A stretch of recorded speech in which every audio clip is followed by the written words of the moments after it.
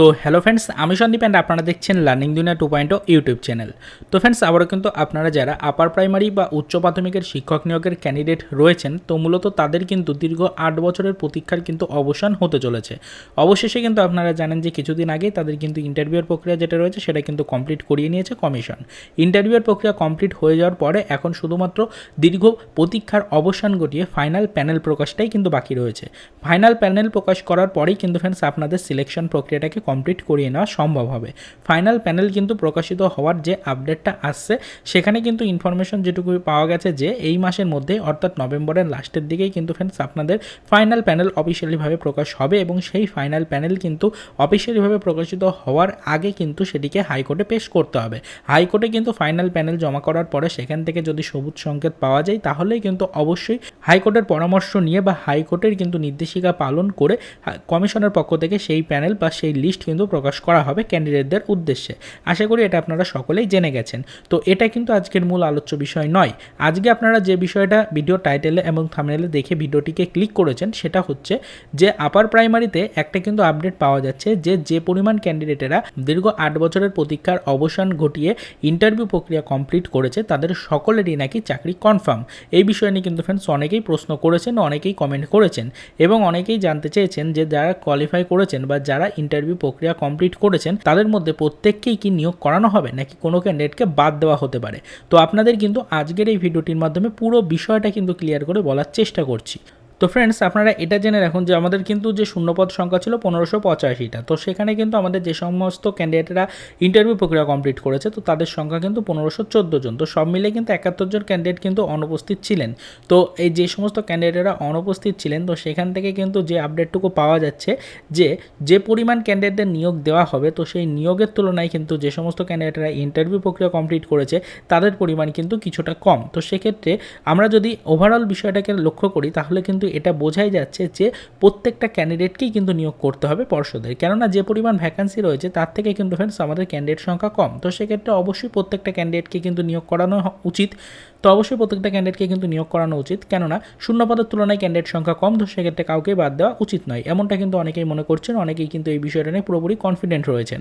তাদেরকে বলে রাখি আপনারা কিন্তু সম্পূর্ণ ভুল, কেননা এখন কিন্তু ফ্রেন্ডস আপনারা দেখতে পাচ্ছেন যে ক্যান্ডিডেটের সংখ্যা যেটা কম রয়েছে এটা কিন্তু ফ্রেন্ডস বিভিন্ন ক্যাটাগরি মেনটেন করে, অর্থাৎ বিভিন্ন সাবজেক্ট ওয়াইজ কিন্তু ক্যান্ডিডেট রয়েছেন। তো প্রত্যেকটা সাবজেক্টের কিন্তু ফ্রেন্ডস ক্যান্ডিডেটকে সমানভাবে ধরলে হবে না। আপনারা এটা জেনে রাখুন যে অবশ্যই যারা সায়েন্সের ক্যান্ডিডেট রয়েছেন তাদের জন্য কিন্তু এটা একটা খুব ভালো সংকেত আসছে যে তারা কিন্তু ফ্রেন্ডস প্রায় প্রত্যেকেই কিন্তু নিয়োগটা পেতে চলেছেন, কেননা সায়েন্সের যে সমস্ত ক্যান্ডিডেট রয়েছেন সেখানে কিন্তু নিয়োগের জন্য যে পরিমাণ ভ্যাকান্সি রয়েছে ভ্যাকান্সির তুলনায় ক্যান্ডিডেট সংখ্যা কম। তো সেক্ষেত্রে কিন্তু তারা অবশ্যই নিয়োগটা পাচ্ছে, কোনো টেনশনের কিন্তু কারণ নেই। সায়েন্সের ক্যান্ডিডেট যারা রয়েছেন তাদের কিন্তু পুরোপুরি কিন্তু একটা গুড নিউজ আসছে যে তারা কিন্তু যারা ইন্টারভিউ প্রক্রিয়া কমপ্লিট করেছে প্রত্যেকেই কিন্তু নিয়োগ পেতে চলেছে। কিন্তু যারা আর্টসের ক্যান্ডিডেট রয়েছেন, বিশেষ করে যারা ভূগোল বা আদার্স আর্টসের ক্যান্ডিডেট রয়েছেন যারা, তাদেরকে কিন্তু ফ্রেন্ডস বলে রাখি অবশ্যই আপনারা কিন্তু এখনই এতটা কিন্তু নিশ্চিন্তভাবে থাকবেন না, কেননা আপনাদের কিন্তু ফ্রেন্ডস একটা কথা বলে রাখি যে বিশেষ করে ভূগোলটাকে কিন্তু এখানে মেন টার্গেট করা হয়েছে, কেননা এই সমস্ত সাবজেক্টগুলো বিশেষ করে আর্টসের সাবজেক্টগুলোতে কিন্তু ফ্রেন্ডস যে সমস্ত শূন্যপদ রয়েছে বা যতগুলো শূন্যপদ রয়েছে তার তুলনায় ক্যান্ডিডেট সংখ্যা কিন্তু অবশ্যই বেশি রয়েছে। তো সেক্ষেত্রে অবশ্যই কিছু ক্যান্ডিডেটকে কিন্তু ছাঁটাই করতেই হবে বা কিছু ক্যান্ডিডেটকে কিন্তু ইন্টারভিউ প্রক্রিয়ার পরে বাদ দিতেই হবে, নাহলে কিন্তু ফ্রেন্ডস সিলেকশন কমপ্লিট করানো যাবে না।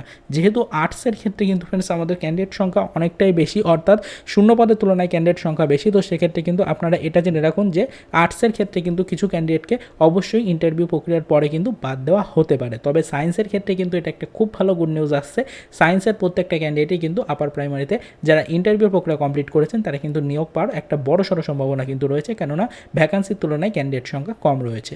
তো আশা করি বিষয়টা আপনারা বুঝতে পারলেন। এই ছোট্ট ইনফরমেশনটা নিয়ে কিন্তু অনেকের মনে অনেক রকমের প্রশ্ন ছিল এবং আমাদেরকেও কিন্তু অনেক ভিউয়ার্সরা এই বিষয়টা নিয়ে কিন্তু কোশ্চেন করেছিলেন। তাই আজকের ছোট্ট ভিডিওটির মাধ্যমে আপনাদেরকে সর্বপ্রথম এই গুরুত্বপূর্ণ ইনফরমেশনটা নিয়ে কিন্তু একটা ক্লিয়ার আপডেট দেওয়ার চেষ্টা করলাম এবং আপনাদেরকে বোঝানোর চেষ্টা করছি যে অবশ্যই আপনারা কিন্তু আর টেনশন করবেন না। খুবই তাড়াতাড়ি দীর্ঘ প্রতীক্ষার অবসান হতে চলেছে। যেটুকু ইনফরমেশন পাওয়া যাচ্ছে রেজাল্ট বা ফাইনাল প্যানেল কিন্তু এই মাসের মধ্যে প্রকাশিত হতে চলেছে এবং এখনও পর্যন্ত পুরোপুরি সমস্ত রিক্রুটমেন্টের প্রক্রিয়া কমপ্লিট করে সিলেকশন পেতে কিন্তু আরও মোটামুটি 1 থেকে 1.5 মাস কিন্তু আপনাদের ওয়েট করতেই হবে। তো সেরকম যদি হয় তাহলে কিন্তু মোটামুটি ধরে রাখুন ডিসেম্বর মাসের মধ্যে প্রক্রিয়া সব কমপ্লিট হয়ে যাবে এবং জানুয়ারি মাসের মধ্যে কিন্তু আপনাদের জয়েনিং পুরোপুরি কমপ্লিট হয়ে যাওয়ার একটা চান্স রয়েছে। তো দেখা যাক পরবর্তীতে রেজাল্ট কবে নাগাদ আসে।